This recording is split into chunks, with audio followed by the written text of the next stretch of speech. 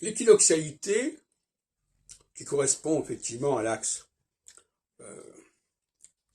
Poisson-Bélier, Poisson-Vierge, je veux dire, et nous sommes actuellement à la fin d'une phase solsticiale et au tout début, aux prémices d'une phase équinoxiale, puisque Saturne n'est pas encore passé sur l'axe Poisson-Vierge, mais ça ne saurait tarder, c'est une question de quelques mois, eh bien, cette équinoxialité est notamment marquée par une synergie avec les femmes, avec le féminin.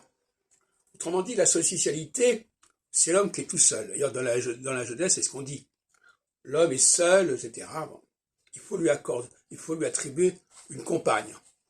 Et cette idée d'attribuer une compagne, c'est typiquement justement l'équinoxialité. Donc en équinoxialité, le signe avant-coureur, le signe marquant, le marqueur, c'est la synergie des hommes avec les femmes. Un cas intéressant aujourd'hui, c'est le choix par Emmanuel Macron d'une femme Premier ministre, Elisabeth Borne. On n'est pas encore totalement passé en phase équinoxiale, enfin, en phase chez Poisson Vierge, enfin, on est au dernier degré du Verseau, bon, donc on apprend de cela, et on ne peut pas faire abstraction de ce processus d'anticipation et de glissement.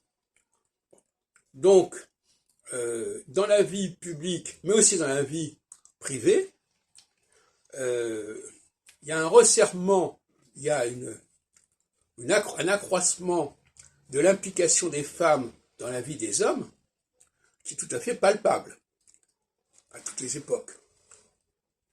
Donc vous voyez bien que l'astrologie que je développe, elle vaut aussi bien au niveau de la vie publique que de la vie privée.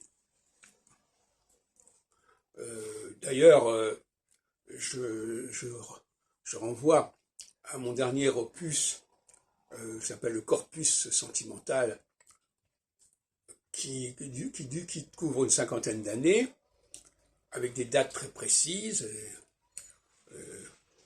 des dates de journal, des dates de correspondance, etc. Et là, vous pouvez, justement, avec vos éphémérides, voilà. Quand je parle d'éphémérides, c'est une façon de parler, puisque finalement, c'est un système qui est assez simple sur le plan chronologique, puisque ça tourne passe, c'est tous les 7 ans que ça se passe, donc il n'y a pas énormément besoin d'éphémérides.